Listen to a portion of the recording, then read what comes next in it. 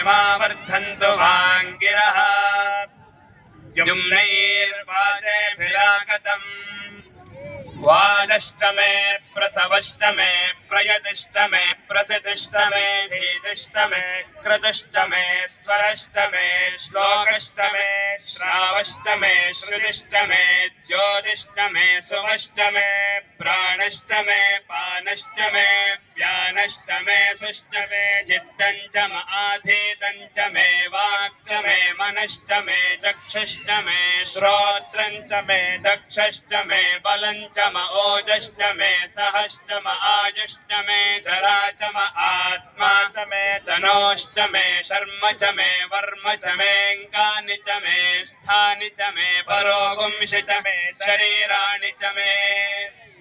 ज्येष्ठं च महाधिपत्यं च मे मन्युश्च मे भामश्च मे मश्च मे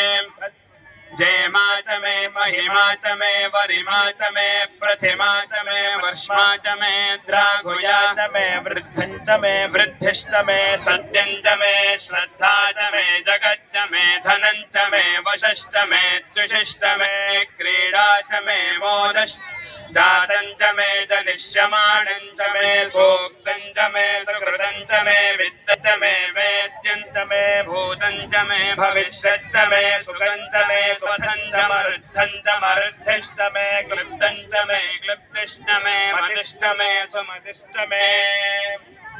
शञ्च मे मयुश्च मे प्रियञ्च मे नुकामश्च मे कामश्च मे सोमनसश्च मे भद्रञ्च मे श्रेयश्च मे वस्यश्च मे यशश्च मे भगश्च मे द्रविणञ्च मे यन्ता च मे धर्ता च मे क्षेमश्च मे धृतिश्च मे विष्टञ्च मे महश्च